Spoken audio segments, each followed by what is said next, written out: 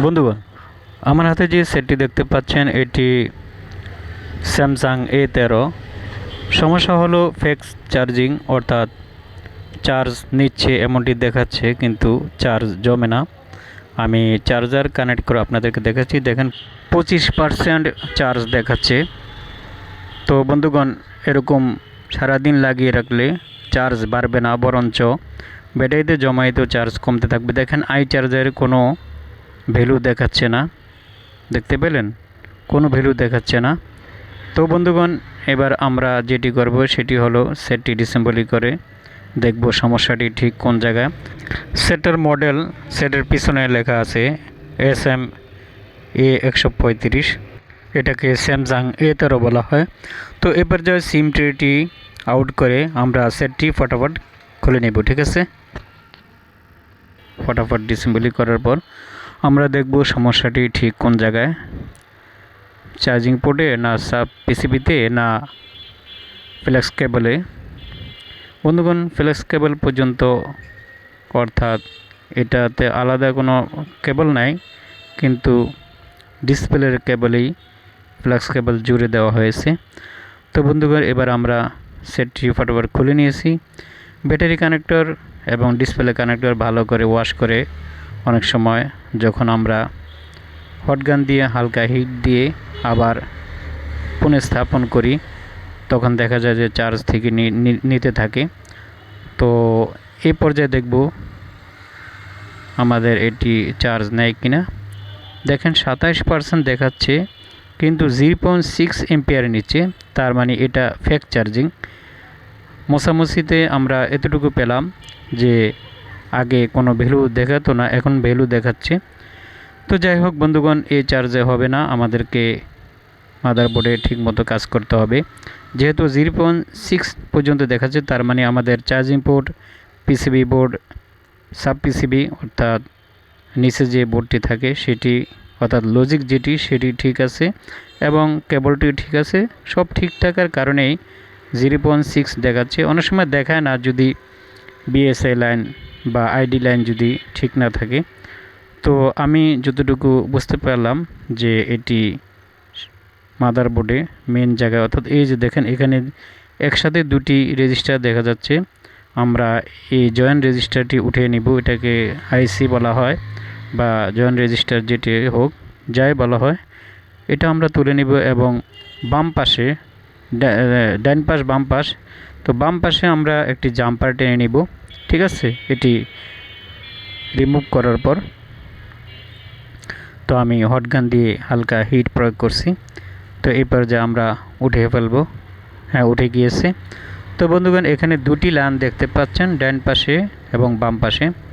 তো আমি বাম পাশে, আপনারা দেখতে পেলেন, উপরের লাইনটি জাম্পার করে দিলাম। তো অতিরিক্ত যে তার আছে এই তারটুকু আমরা এখন কেটে নিব। কেটে নেওয়ার পর এবার মাদারবোর্ডটি হাউজিংয়ে অ্যাসেম্বলি করার পর এখানে একটি জাম্পার টানা আছে, এই জাম্পারটি আগের মতো আমি টেনে দিলাম। সাব পিসিবি থেকে নয়, রেবন থেকেই লাইনটি টানা ছিল, আমিও টেনে দিলাম। তো বন্ধুগণ, আপনারা ইতিপূর্বে দেখতে পেলেন যে আমি এই সাব পিসিবি থেকে যে লাইনটি এসেছে সেটি আবার রেবন থেকে টেনে দেওয়া হয়েছে। চার্জিংয়ের পজিটিভ লাইনটি সেটি ডিসেম্বলি করে মাদারবোর্ডটি আউট করেছিলাম। এখন আবার সেই লাইনটি দিয়ে ডিসপ্লে রেবন এবং ব্যাটারি যে রেবন আছে কানেক্ট করে দিলাম। এবার আমরা চেক করব যে সমস্যার সমাধান হলো কিনা।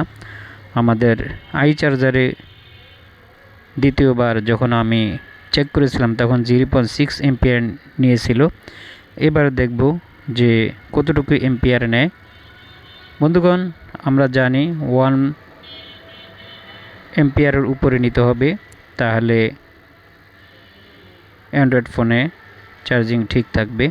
যদি 1.53 অর্থাৎ 1-এর উপরে যাই হোক, 1-এর উপরে যাই হোক, 1 এম্পিয়ারের উপরে যতটুকু নেক চার্জ হবে, 2 পর্যন্ত নেবে, কোনোগুলি এর উপরও নেয়। তো যাই হোক, এবার আমরা আই চার্জার চেক করব আসলে চার্জ ঠিক নিচ্ছে কিনা। আমরা আই চার্জারের ডান পাশে দ্বিতীয় যে লাইন আছে সেই লাইন থেকেই আমরা তারটি নিয়েছি। দেখেন ওই 1.7 দেখাচ্ছে, এই যে দ্বিতীয় লাইনে দেখেন 1.7, এখানে কয়েকটি তার আছে, আমি ওই তারটি দিয়েছি। 1.7 দেখাচ্ছে, তার মানে আমাদের সমস্যার সমাধান হয়ে গেছে। তো বন্ধুগণ, স্যামসাং A3 যদি ফেক চার্জিং নেয়, চার্জিং পোর্ট চেঞ্জ করার পর, তারপরে সাব পিসিবি ঠিকমতো চেক করার পর যদি ভোল্টেজ ঠিক থাকে এবং মেইন বোর্ড পর্যন্ত যদি কেবলের লাইনও ঠিক থাকে, তারপর যদি কোনো ভ্যালু প্রদর্শন না করে আই চার্জারে অথবা 0.6 দেখায়, তাহলে আমাদেরকে বুঝতে হবে যে চার্জিং আইসির আশেপাশে যে কিছু কম্পোনেন্ট থাকে, বিশেষ করে ওবিপি আইসি, এগুলি খুলে জাম্পার করে দিলে সমস্যার সমাধান হয়ে যায়। এখানে ওবিপি আইসি নয়, বরঞ্চ একটি রেজিস্টার, জয়েন্ট রেজিস্টার আছে, সেটাতে সমস্যা হয়েছিল। আমরা যখন জাম্পার টেনে দিয়েছি তখন কিন্তু সমস্যার সমাধান হয়ে গেছে। বন্ধুগণ, এখনও যদি আপনারা বুঝতে না পারেন যে আসলে জাম্পারটি কীভাবে টেনেছি, তাহলে ভিডিওর লাস্টের দিকে আমি খুব স্পষ্টভাবে আপনাদেরকে দেখিয়ে দিব যে জাম্পারটি ঠিক কোথা থেকে কোথায় কীভাবে টানবেন। দেখেন এখন 27% দেখাচ্ছে চার্জ, তো আমি কিছুক্ষণ এভাবে ধরে রাখব এবং এই ফাঁকে একটু মুছে নেই, যেহেতু কাস্টমারকে সেটটি দিয়ে দিব। দেখব 28% হয় কি না। 27 থেকে 28, 1% হলেই বুঝবো যে সমস্যার সমাধান হয়ে গিয়েছে। আমি এতক্ষণ স্কিপ না করে সরাসরি ধরে রাখব এবং চেক করব যে 27% থেকে বাড়ছে কিনা। বন্ধুগণ, আমরা একটু ওয়েট করি, আশা করি বাড়বে, যেহেতু এম্পিয়ার বৃদ্ধি পেয়েছে। আগে 0 এম্পিয়ার দেখাচ্ছিল আই চার্জারে, তারপরে মোছামুছি করার পর ব্যাটারি এবং ব্যাটারি কানেক্টর, ডিসপ্লে কানেক্টর, রেবনগুলির যে মাথা আছে এগুলি ওয়াশ করার পর আমরা 0.6 এম্পিয়ার পেয়েছিলাম। এবার দেখা যাক বাড়ে কিনা। এই দেখেন 28% হয়ে গেছে, তার মানে ফেক চার্জিং সমস্যার সমাধান হয়ে গেছে। বন্ধুগণ, আমি আপনাদের ভালো করে বোঝার জন্য, ভালো করে জানার জন্য আমি জাম্পার টেনে আপনাদেরকে দেখে দিয়েছি। দেখেন এই যে জয়েন্ট রেজিস্টার, এটি দুপাশ থেকে দুটি লাইনে আসবে। তো যাই হোক,